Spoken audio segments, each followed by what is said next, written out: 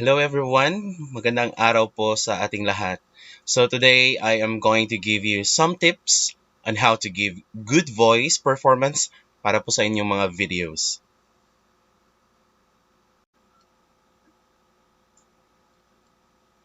So there are four elements that I'm going to discuss with you, and these are audio clarity and volume, pacing, vocal tone, and inflection. And the fourth one will be pronunciation and enunciation.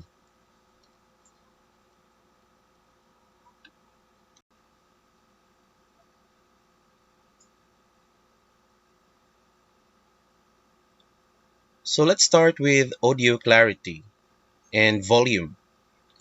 So ito po ang most essential parts of good or great audio because it involves two components, clarity of voice and volume control.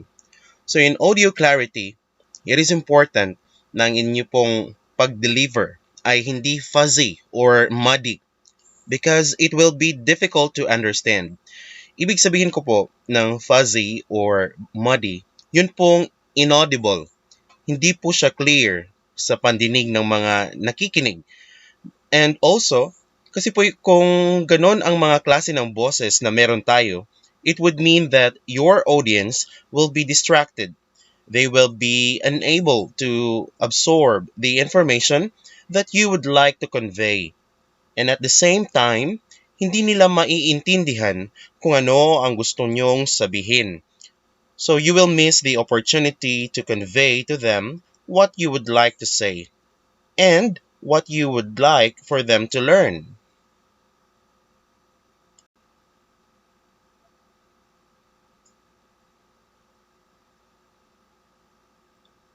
So let's start with audio clarity and volume.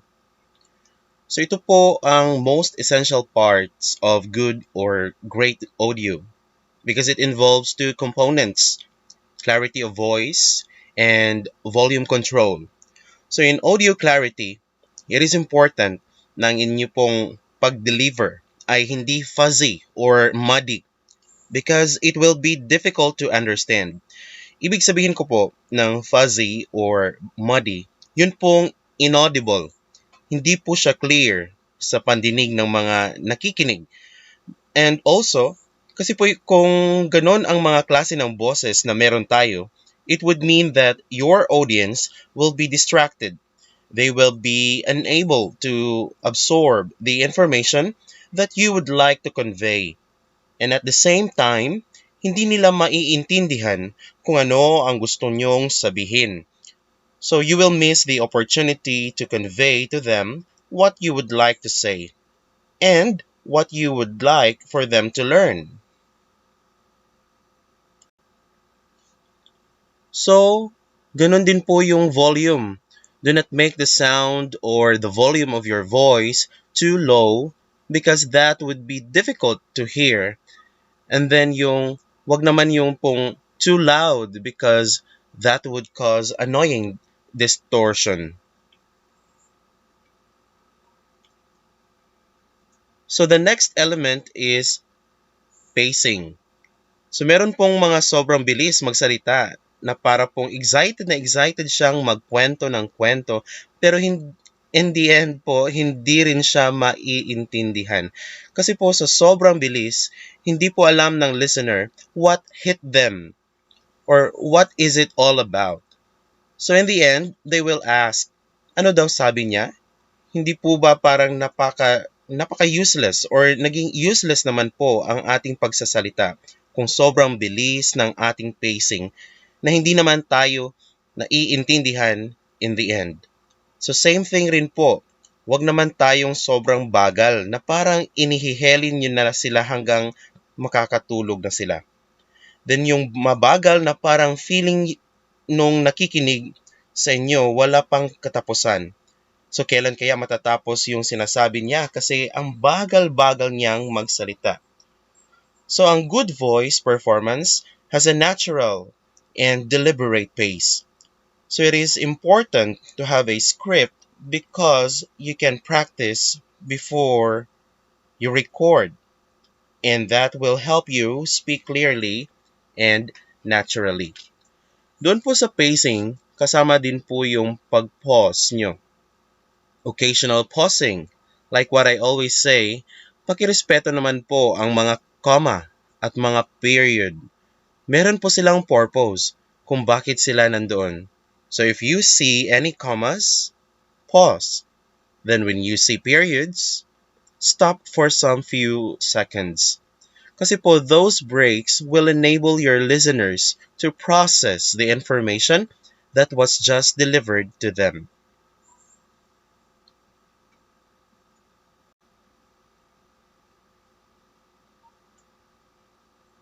The third component or element is the vocal tone and inflection. So this refers to ensuring your voice or you speak in a natural and pleasant manner.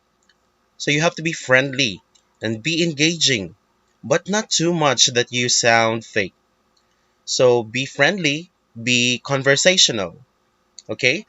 So para po mas natural yung pag-deliver nyo ng inyong dialogue or narration. And not monotone na parang robot. Wag naman po yung host kayo ng isang game show. So this is an educational video. The last one,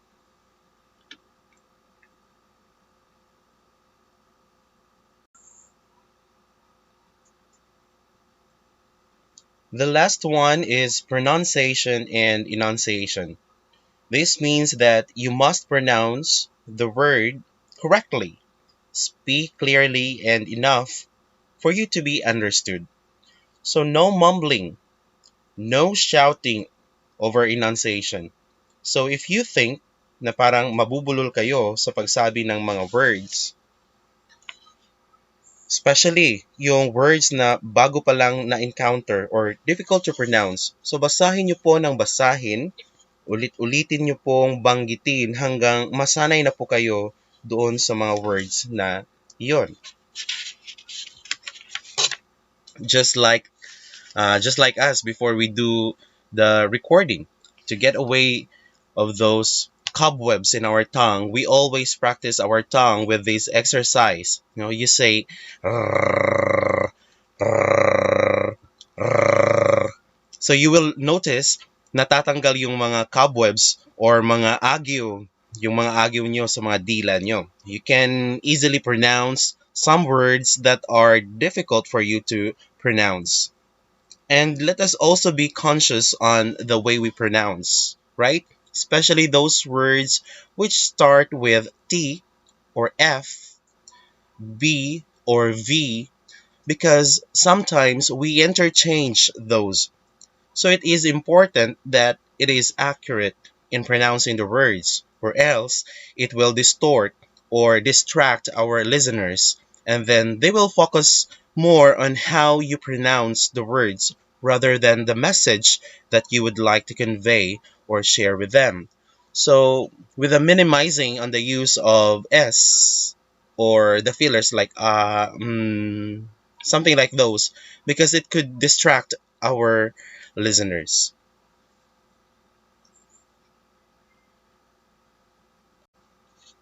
So, it is important that you keep on reading and reading your script or any words that you think or any document that will help you read or pronounce the words or enunciate the words more clearly so that when you will record, you will have no problem to encounter with the way you deliver the messages or dialogue. So for you to be able to achieve audio clarity and volume, pacing, vocal tone and inflection, as well as pronunciation and enunciation, we should find a quiet place to work, right? Walang distractions or walang tilaok ng manok, walang kahol ng aso, or walang biglang magsasabi sa iyo na inuutosan ka na gawin ito or gawin yon, because we might encounter them while we are having our classes or having that recording, and suddenly someone will enter our room and immediately talks to us. So it is important that the place you are going to have the recording is quiet, no unnecessary noise, and also listen to your voice and record like first 60 seconds or 1 minute then.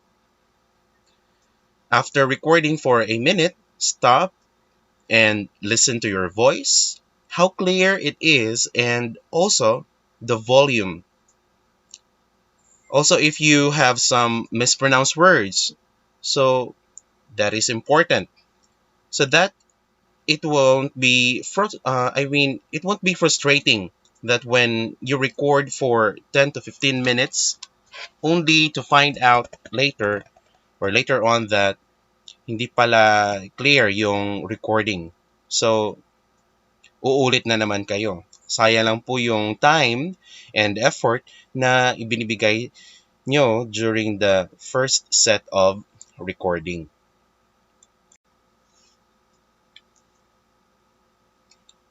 Then the last two tips that I would like to give you are first on do enough voice over work. So you keep on reading and then practice your voice because when you work on your voice over, you will be able to know and pronounce the word more clearly and then control the volume and tone of your voice. So it will help you come out your voice performance. And lastly, practice reading your script before recording. So if you need to read this entire script, so you will see those words which you probably might have some difficulties to pronounce. And then so you can practice where your or where to work on when you mumble or where are those lengthy words or statements. And then where are you going to properly pause or stop. So those are very important. So this is the last thing that I would like to share. The quality of your script sets the tone for how well the voice performance will go. So it is very important to have an excellent script because that will also help you give a good voice performance. So maraming salamat po and happy writing po on your scripts that you will use on your video production.